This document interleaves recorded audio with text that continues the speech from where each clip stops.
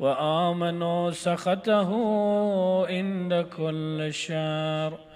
يا من يعطي الكثير بالقليل، يا من يعطي من سأله، يا من يعطي من لم يسأله ومن لم يعرف، تحننا منه ورحمة.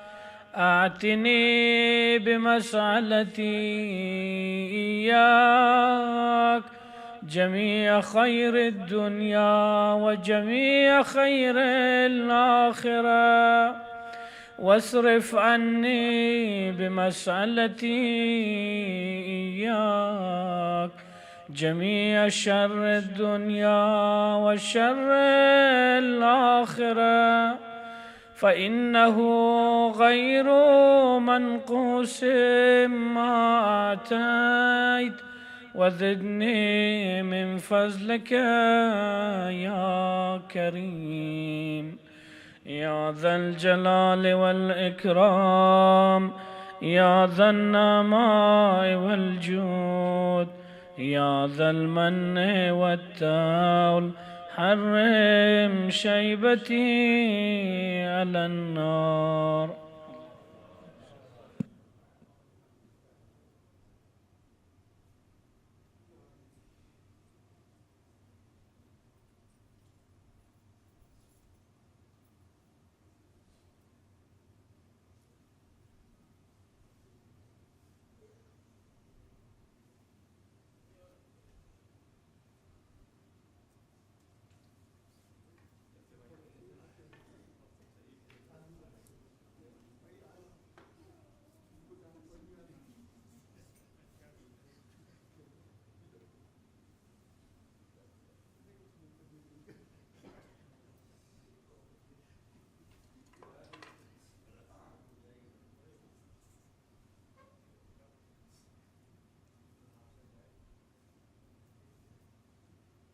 أعوذ بالله من الشيطان الرجيم.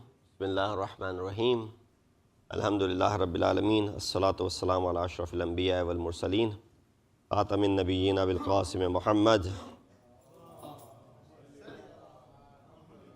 وعلى بيته الطيبين الطاهرين المعصومين الذين أذهب الله عنهم الرجس وطهرهم تطهيرا. أما بعد، وقد قال أمير المؤمنين علي بن أبي طالب عليه الصلاة والسلام: ما لي ولقريش والله لقد قاتلتهم كافرين ولا أقاتلنكم مفتونين، وإني لصاحبهم بالأمس كما أنا صاحبهم اليوم. صلوات على محمد وآل محمد. This is the second part of khutbah number 33, sermon number 33 from Nahj al-Balagha. The first part, if I can just quickly recap, was about when Imam was mobilizing the troops for the Battle of Jamal in Basra, the battle that was ignited by the two main characters in the name of Talha and Zubair. And Imam spoke eloquently when Ibn Abbas asked Imam that our support from Kufa is not much. Imam gave a number of 5,000 or so, exactly the amount of people that showed up for the help of Imam.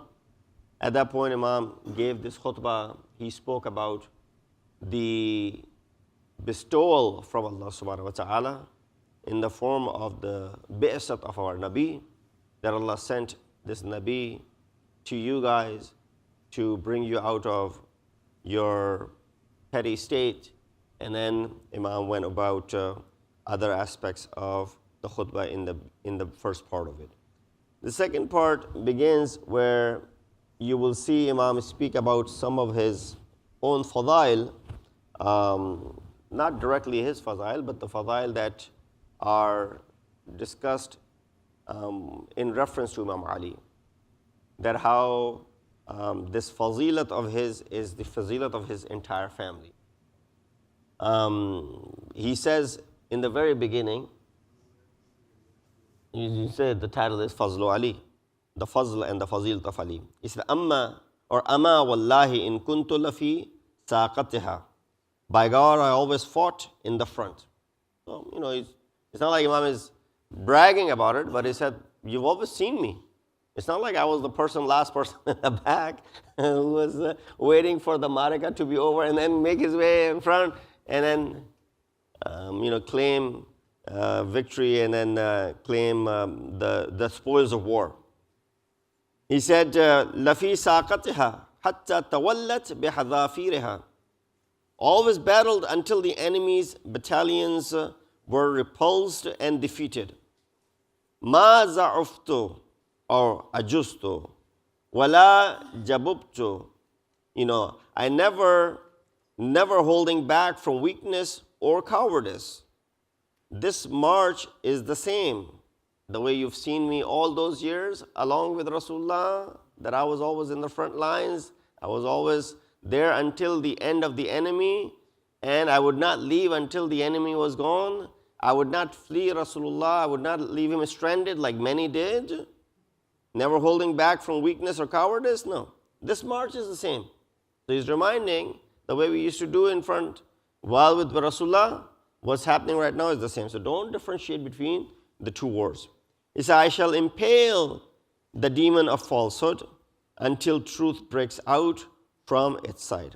And that actually happened. Imam was able to get to Talha and Zubair and how they were able to part themselves from this battle. And then Imam said, Mali wa li Quraysh, wallahi laqad qatal. I don't know if it's on this. Yes, towards the end of it. Mali wa li Quraysh. Heavens. So this is sort of like I found a couple of different translations. The recent translation that is done by Tahira Qutbuddin, it's available. In it, she translates it like this. This is a different translation that I have on there. Mali wa li Quraysh. This is a statement where he says, what have I done to Quraysh? What have I done to you? Mali wa li. Whatever. This is an expression in Arabic where you show that I got nothing to do with you. You're blaming it all on me. Mali wa li Quraysh. So she translates it like this. Heavens, why do the Quraysh hate me so much? What have I done to you? Wallahi laqad qatalhumul kafirin. By God, I fought them when they were unbelievers. Quraysh, when they were disbelievers, then I fought them, not after they became Muslims or they brought Iman. So what do they want from me? وَلَا أُقَاتِلَنَّهُمْ أَفْتُنِينَ. And he says, I fought them when they were unbelievers and I shall fight them now in this revolt. وَإِنِّي لَصَاحِبُهُمْ بِالْأَمْسِ. I brought them to their knees and yesterday, كَمَا أَنَا صَاحِبُهُمُ الْيَوْمِ. And I shall do this again today. So the way I was able to bring them to their knees last time when I faced them, I did not back down. Guess what? Don't be in for surprise. I'll do the same exact thing now, this time around as well. And then he goes towards the end. He says, Wallahi ma tanqimu minna Quraysh illa anna Allah akhtarana alayhim fa'adkhalna fi hayyizna fakanu kama qala al-awwal. So then he talks about how Quraysh only take revenge against us because Allah has given us things that He hasn't given to them. Allah has bestowed in our family a few things, certain things that others don't have. What's in us? What's in our family? Same verse that you hear from Imam Hussein in Karbala. On the night of Ashur, that khutbah that he says relates when he says, Alhamdulillahi allazi akramtana bin nubuwah. Praise to Allah subhanahu wa ta'ala who honored us with nubuwat in our family. وَفَقَهْتَنَا فِي الدِّينِ. Who gave us ilm of deen. وَعَلَّمْتَنَا الْقُرْآنِ. Who taught us Qur'an. وَجَعَلْتَ لَنَا أَبْصَارًا وَأَسْمَاعًا وَالْأَفْئِدَةً. And Imam narrated the whole thing. Imam Ali is saying the same thing. He said, by Quraysh, they only take revenge against us because Allah has given us what? Noble Prophet and his progeny. He has given preference over them. So we have allowed them into our domain, whereupon they have become, as the former poet said, Adamta la'amri shurbaka al-mahda sahiban wa aklaka bizubdil muqashsharat al-buhara. Imam quotes the Shair, he says, by my life, you continue drinking fresh milk every morning and continue eating fine stone dates with butter. We have given you the nobility which you did not possess before, and surrounded or protected you with the thoroughbred horses and tawny-colored spears and strong spears which you did not have before. So, very quickly, I translated the entire thing. I usually don't do that. I translated the entire second portion of this khutbah of Amir al-Mu'mineen, khutbah number 33. Let's dive into some of the tafsir and the explanation of this khutbah. Imam continues the statement by saying, Ama wallahi in kuntu lafi saqatiha. By God, I pursued this army and drove it forward until the fraction of falsehood retreated completely and the truth became manifest and victorious. Remember the place where this was happening, Dhiqar, we mentioned that last week. Dhiqar was that place where Imam was mending his shoes, and Ibn Abbas looked at him, and Imam reminded him, he said, what is the value of this shoe? Which of course had a lot of patches on it. And Ibn Abbas said, to be honest with you, it doesn't worth anything. But he didn't want to be, blunt about it. Imam responded by saying, it's not worth anything. It has so many patches, nobody would want it. Imam then compared that with what? This dunya, this world. And this imamat, or khilafat rather, that you have chosen me as the fourth Khalifa, I don't have the value for it. Unless, of course, there's something good that come out of it, where I'm able to lead people out of their, being drawn into the pit of fire, on the threshold of fire, then there's something good in it. In situations where the soldiers are inexperienced, or the enemy is powerful and formidable, and there's a likelihood of retreat among them, the commander of the army stations some of his brave and perceptive deputies at the rear of the troops, so that they may encourage them to advance and prevent any possible withdrawal. This was a tactic back then. So not all the strongest of the men were standing in the front lines. Sometimes the strongest of the men had to be stood in the back as well. Why? These people might get afraid and they might retreat. These stronger men were there, number one, to step in when people would be running away, so that enemy doesn't get the idea that people are running. Number two, they'll keep on encouraging them because of the strength that they possess. Don't worry about it. We got your back. We're standing over here. So in reality, an army, especially in critical circumstances, is like a riding camel, which when passing through difficult paths requires one person to hold its reins from the front, while the another one drives it from behind, so that it may safely pass through that hard passage. Now, I don't know about riding a camel, so this is something which Imam mentions here. It seems that Imam's statement here is an allusion to his very point. That Prophet entrusted me with the duty of urging forward the newly formed army of Islam. He used me. While you had seen me in the front lines, but I'm on the backside of it as well, in the face of the multitude of difficulties and dangers that lay ahead of them. Or it may indicate that both the Prophet and I were positioned behind the army sometimes. We were positioned behind the army. Or I was in the front line and Rasul was in the back. For this very reason. Why? For driving it forward, as suggested by the phrase, fasaqan nas.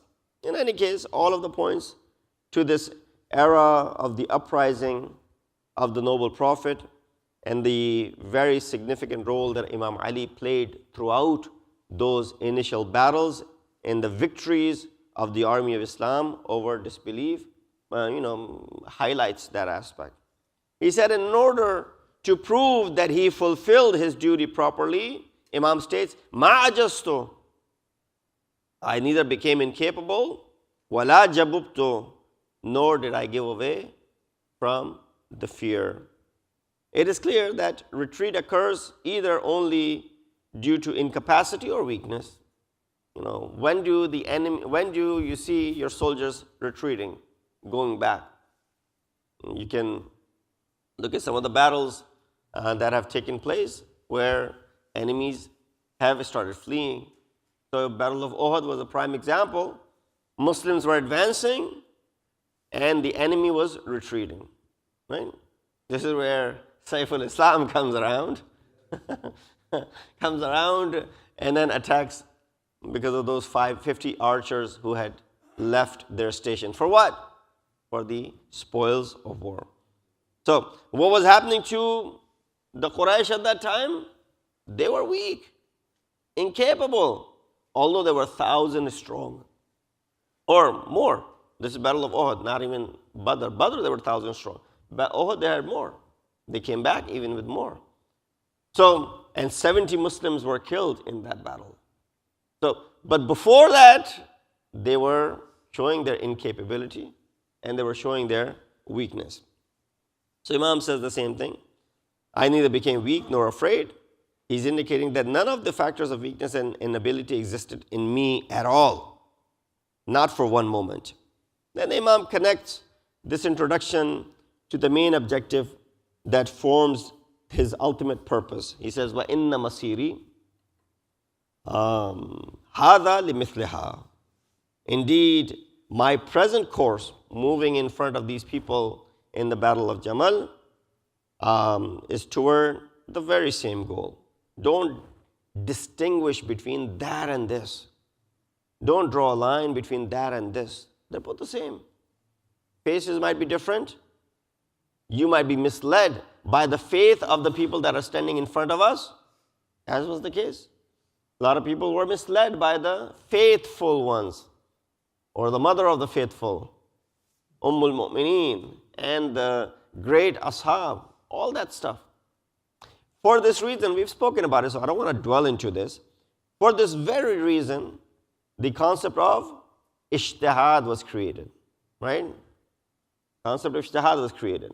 Because no Ahl Sunnah scholar would deny the Battle of Siffin, Muawiyah's uprising against a standing Khalifa, Khalifa Rashid for that matter. By the way, the istilah of Khalifa Rashid or Khulafa Rashidin did not come until the end of 1st century. So it wasn't in the time of the first Khalifa that he said, I'm Khalifa Rashid. Second Khalifa said, I'm Khalifa Rashid. Third one said, I'm Khalifa Rashid. Fourth one said, This istilah was coined at the end of the 1st century. Almost 60 years after the Shahadat of Imam Ali.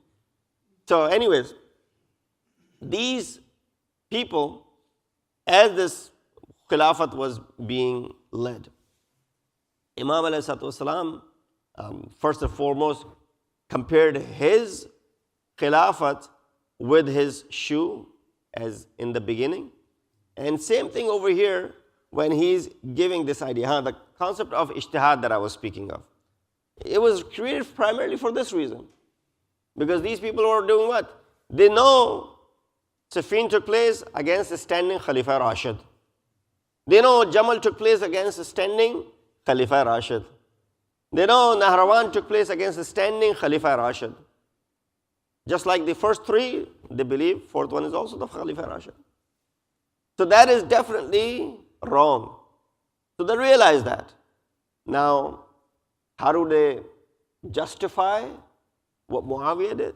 How do they justify what Ummul Mu'mineen did? How do they justify what Talha and Zubair did? Ijtihad. Ijtihad was their key. They did ijtihad. These people were mujtahid. How do they justify what Khalid ibn Walid did? Ijtihad. After bringing Islam, of course, not before Islam. After bringing Islam, ijtihad. And we know the condition of ijtihad, right? If a mujtahid makes a mistake, Allah still gives him thawab. And if he gets it right, Allah gives him twice the reward. So in Siffin, in Jamal, these mujtahideen, they made a mistake standing up against Imam Ali. We're acknowledging that. But Allah is not going to punish them. He's going to give them thawab. Just understand, look at how this concept came about. So he said, yes, in this statement, Imam points to an important reality. At that time, the Islamic community had begun to turn back toward the pre-Islamic concepts, the Jahili ideas, the programs and the customs. With each passing day, it was distancing itself further from the path of Rasulullah, path of Quran. And one clear example of this division was the unjust and incendiary movement of those who ignited the battle of Jamal in pursuit of power. Talha and Zubair, all they wanted was power. They thought Ali was our friend. Ali will come into power. Right away, he will give us, important positions. Imam Ali did not give it to them. He said, I deal with merit, and you don't fit the criteria of merit. Anyways, Imam sought to shatter this regression back toward the ignorance, Jahiliyyah, and once again renew his historic mission of safeguarding Islamic revolution, the way he did in the time of Rasulullah with the Jahili, ignorant means, and Imam is doing it again over here. What does he say? For this reason, he adds in the continuation, last line over there, فَلَأَنْقُبَنَّ الْبَاطِلَ حَتَّى يَخْرُجَ الْحَقُّ مِنْ جَنْبِهِ. By God, I shall pierce through falsehood until the truth emerges from its side. So this istilah of piercing through something which is tight and guarded and there's no way for it to escape. So if you add something in it, it will eventually burst out. So that's what Imam is saying over here. I'll pierce into it until the falsehood will burst out of it. Considering the word anqubanna is derived from the root naqaba, meaning to pierce or to split or break something open. This expression points to the profound reality that unless the veils of falsehood are torn apart and truth cannot come out, cannot manifest and come into the open. In other words, falsehood always seeks to cast a veil over the truth. That's always been the case. You will always see, even in the recent expansion and in the recent attack that we just heard into Venezuela and to other, there's always concealment of the reality. You don't see the truth behind it until maybe 20 years later. WMDs in Iraq in 2003, it did not manifest until 2020, So there's always veil over the truth. They're not going to let you know what is. Now, many Sahiban Aql have already figured it out. But right now, it'll be a conspiracy theory. Right now, it'll go down as a conspiracy theory because many people have figured out what's the purpose. But then eventually, majority will understand that. He said, when the veils of falsehood are torn apart, the light of truth and the manifestation of reality becomes clear and evident to all. So whenever this accidental veil is removed, the face of truth emerges from within things, and whenever misleading teachings are eliminated, the light of human innate nature brings to radiate. So that's what we need to do. When you see today that ignorance is coming in our gatherings, now I'm speaking to ourselves. When we see the ignorant people are standing up and giving the mimbar of Rasul, and they're talking about things left and right which are not part of our deen, not part of our madhab. This is the product of their own understanding, product of what they have, their naqis mind has thought of, especially around these ayyam as well. In these ayyam as well, when we are here to celebrate the prosperous birth of Amirul Mu'mineen, whose khutbah we're talking about, unfortunately in some of our gatherings, what do we hear? We hear the fadail have taken another rukh. That until unless you go ahead and compare Ali to Allah, You haven't really explained the fazilat of Imam Ali. Until unless you go on to that extent, fazilat of Ali hasn't. Because right now, the only way to explain the fazilat of Ali is to retire Allah and place Ali in his place.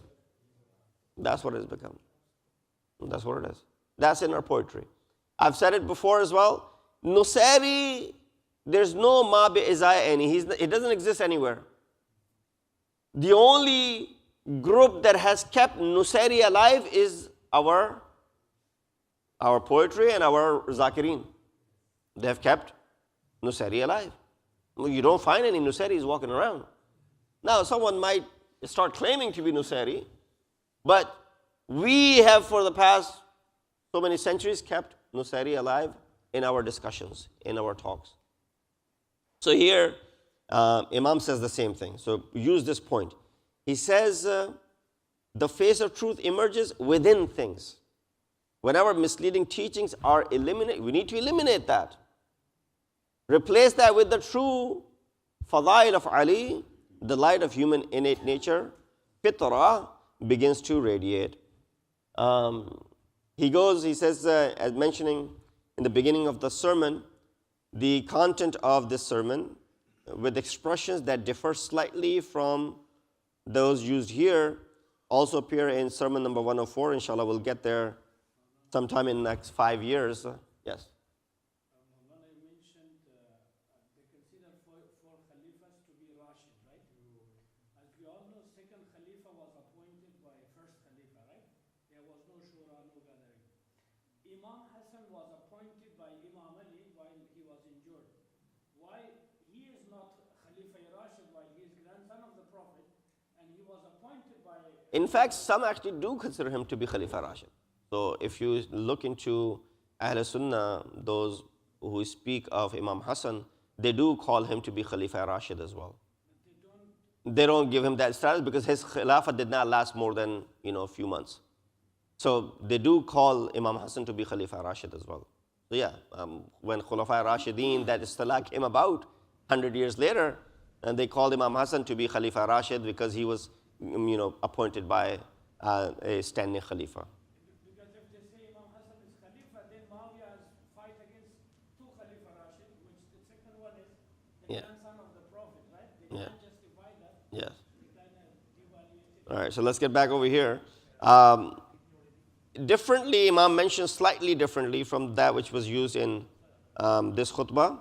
He said, وَأَيْمُ اللَّهِ لَأَبْقُرَنَّ الْبَاطِلَ حَتَّى أَخْرُجَ الْحَقَّ مِنْ حَاضِرَتِهِ. I shall tear open falsehood until I bring the truth out from its side. So, Imam over here, in this part of the sermon, addresses the past and the present relationship with Quraysh. Again, this was delivered on the eve of Battle of Jamal, so you can hear and see the emotions of Amir al-Mu'mineen. For this reason, Imam presents these words as a warning so that people may become aware of the true motives behind the war. He says, Mali wa li Quraysh. What does Quraysh want from me? He then adds, by God, I fought them when they were unbelievers. And now they have become deviated after accepting Islam. So what is the punishment of those who accept Islam and then leave Islam? That's what they have done. If you go against one of the tenets of Islam and you deny the tenets of Islam, you have exited the realm of Islam. When you deny salat, if you don't pray, you're only tariqus salat. If you deny salat, you become munkir salat. When you become munkir salat, you have exited the realm of Islam. He said, I will fight them. Not necessarily to kill them, but to bring them back to the fold of Islam. Yet at the beginning, they were polytheists, and through the call of the noble Prophet and the sword of Ali ibn Abi Talib, they entered Islam. But after the demise of Rasulullah, due to the ambitions and the pursuit of the power, they gradually distanced themselves from the truth. The word maftun is derived from the word fitan, which means deception and deviation.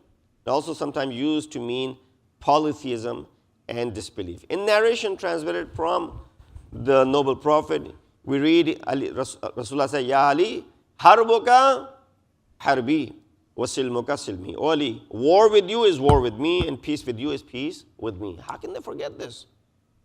They heard it themselves from the kalam of Rasulullah directly. This is not a hadith quoted to them by someone else. Because all those people who were fighting me in Battle of Jamal were there, they met Rasulullah, they saw him.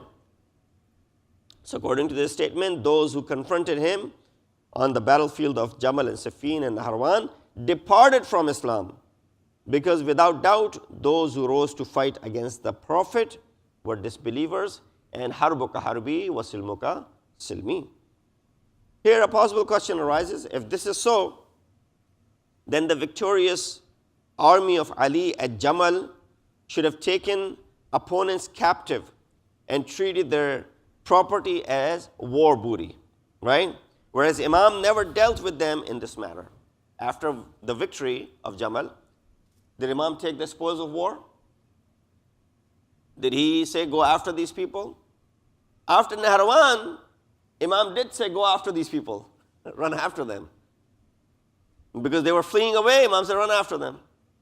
Take what they have. But after Battle of Jamal, the victory, Imam did not started distributing spoils of war. In response, it has been seen that Imam did indeed have the right to do so. Commander-in-Chief, you've been victorious, you've made these people captives, you have the right to deal with them however you want to. This was a sedition, if you want to call it.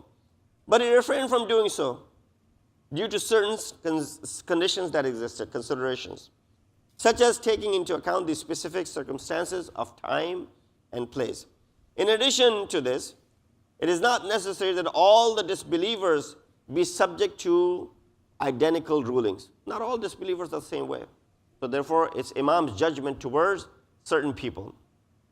And it's also possible that this group of Muslims who rose against their Imam of the time and thereby became disbelievers were exempted from the ruling of captivity and the seizure of their property and the war of booty. In some narrations, it is reported that Marwan ibn Hakam said, when Ali defeated us in Basra, so Marwan is saying this later on, he returned the people's property to them.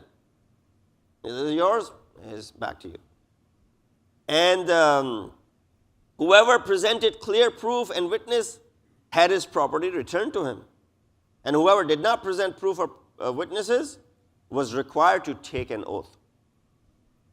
So someone said to Imam Ali, "Oh, commander of the faithful, distribute the spoils of war. We have achieved a victory, and the captives are amongst us." The Imam did not respond. When they persisted and the voices grew louder, they said, "Why aren't we getting what we need, what we came here for?" Imam became angered and he says, "Ayyukum ya'khudhu ummahu fi sahmihi." He said, which one of you will accept his own mother as part of the share? Who's the mother? Al-Mu'minin. You want her to be the spoils of war? So from some narration, it is also understood that Imam Ali placed the people of Basra under his favor and pardon. Just like Rasulullah did to Quraysh after the conquest of Makkah. Right? He said, "Idhabu antumut tulaqa." Leave. You are free. Then Imam continues. I'll just go through it quickly. Then Imam continues and he says in the statement, وَإِنِّي لَصَاحِبُهُمْ بِالْأَمْسِ كَمَا أَنَا صَاحِبُهُمْ الْيَوْمِ. These people should not forget that I am the same person who was with them yesterday in the early Islamic campaigns, just as I stand before them today. The same man-crushing arm and the same sharp sword with which I struck them in the battles of Badr and Uhud and Ahzab are still in my possession today. In reality, this is a clear warning and an unmistakable message to those who ignited the battle of Jamal. It is sometimes said that statement applies to figures like Muawiyah, Amr ibn As, Marwan, who stood against Imam Ali in the early Islamic battles, right? They were fighting Imam Ali. Not necessarily Talha and Zubair, who were fighting along with Imam Ali. So it does not apply to Talha and Zubair, who were main instigators of the Battle of Jamal, since they fought alongside Imam and Rasulullah in the earlier battles. So the question has been answered as follows, that Imam is not referring to a specific individual. Rather, his purpose is to express a broader truth during that era. It's only been 25 years since the demise of Rasulullah, and look what you're doing and where you're standing. You've left the path of truth, and you're on falsehood. And after the Messenger of God, he continued to walk in the same path. And it is well known that Quraysh as a collective body were at the same time in the foremost opponents of Amir al-Mu'mineen. Then Imam points towards the main motives. He says, by God, Quraysh takes revenge on us for nothing except God chose us from among them. They can't withstand our maqam. That's the reason they're fighting us. And yet despite this, we admitted them into our own ranks. We welcomed them. We brought them along. And then, of course, that share that Imam added towards the end. Now, by this action, I've done with the khutbah, just afterthoughts. By this action, Quraysh in reality behaved like every other jealous person. Imam towards the end talked about their hasad. Their jealousy led them over here. Who objects to God's wisdom. Allah is wise. He designed it this way, and they're questioning it. As God said, Allahu a'lamu haythu yaj'alu risalata. Allah knows best where He places His message, meaning who He gives imamat, who He gives nubuwwat, who He gives, wasayat. That's in the hand of Allah subhanahu wa ta'ala. Imam adds, Am yahsuduna an-nas ala ma atahumullah. Quoting ayat of Quran. Do they envy the people, in reference to the people and his family, who arose from among the masses for what Allah has given to them out of His grace? So that's the hasad that they show. And then Imam also says, قُلِ اللَّهُمَّ مَالِكَ الْمُلْكِ تُؤْتِ الْمُلْكِ مَنْ تَشَاءُ وَتَنزِلُ الْمُلْكَ مَنْ تَشَاءُ تُعِزُّ مَنْ تَشَاءُ وَتُذِلُّ مَنْ تَشَاءُ. It's in the hands of Allah subhanahu wa ta'ala. We did not come claiming this because we were part of this lineage or this anarchy, if you want to call it. No, Allah chose us. He gave izzat and honor to us. So it is evident that if a person has firm faith in these Quranic principles, he will never harbor envy, hasad toward those whom Allah, according to His wisdom, has honored the station of prophethood and imamat. Nor will question the wisdom of Allah subhanahu wa ta'ala. There's a very I'd say healthy discussion on hasad. Hasad is one of the factors that eats you from within. So I have a discussion on this, but it'll take another 15-20 minutes. I will spare you that thought. Just the last couple of words from Amir al-Mu'mineen. Our narration with descriptions of the harmful effect of this hasad, this jealousy. In traditions, envy is regarded as the source of societal corruption. It corrupts the society. I don't know if I have this. Oh, yeah, I have this right here. It says, as we read in the hadith, Imam says, إِذَا أَمْتَرَ التَّحَاسُدُ نَبِتَ التَّفَاسُدُ. When the rain of envy falls upon the land of hearts, corruption and decay grow from it, leading human societies towards what? Misery and ruins. The important point that can be derived from this sermon in this regard is that those who became the target of envy because of a divine blessing should not resort to retaliation. Rather, as much as possible, they should show gratitude. And that's what Imam did. All right? Even after capturing them, Imam showed grace. We'll conclude with this discussion with this, couplet from an Arab poet who said, "Isbir ala hasad al-hasud, fa inna sabraka qatilu. An-nar ta'kulu nafsaha in lam tajid ma ta'kulu." Be patient in the face of envy of the envious. Hasad करने वाले के hasad के सामने sabr se kaam lo. For indeed, your patience is his killer. When you show patience and sabr, that'll destroy him. If someone is hasid of me, and if I just show sabr in his face, that is the biggest killer. If I retaliate, nothing will happen. He will come back. But the more restraint I show and the sabr I display, the Shair says, فَإِنَّ الصَّبْرَكَ قَاتِلُهُ. Your sabr will kill him. For fire consumes itself when it finds nothing else to consume. Aag kya khayegi? Wahi jo uske paas hai. When there's nothing else to add on to this fire will consume itself. Wa akhiru da'wana alhamdulillahi rabbil alameen.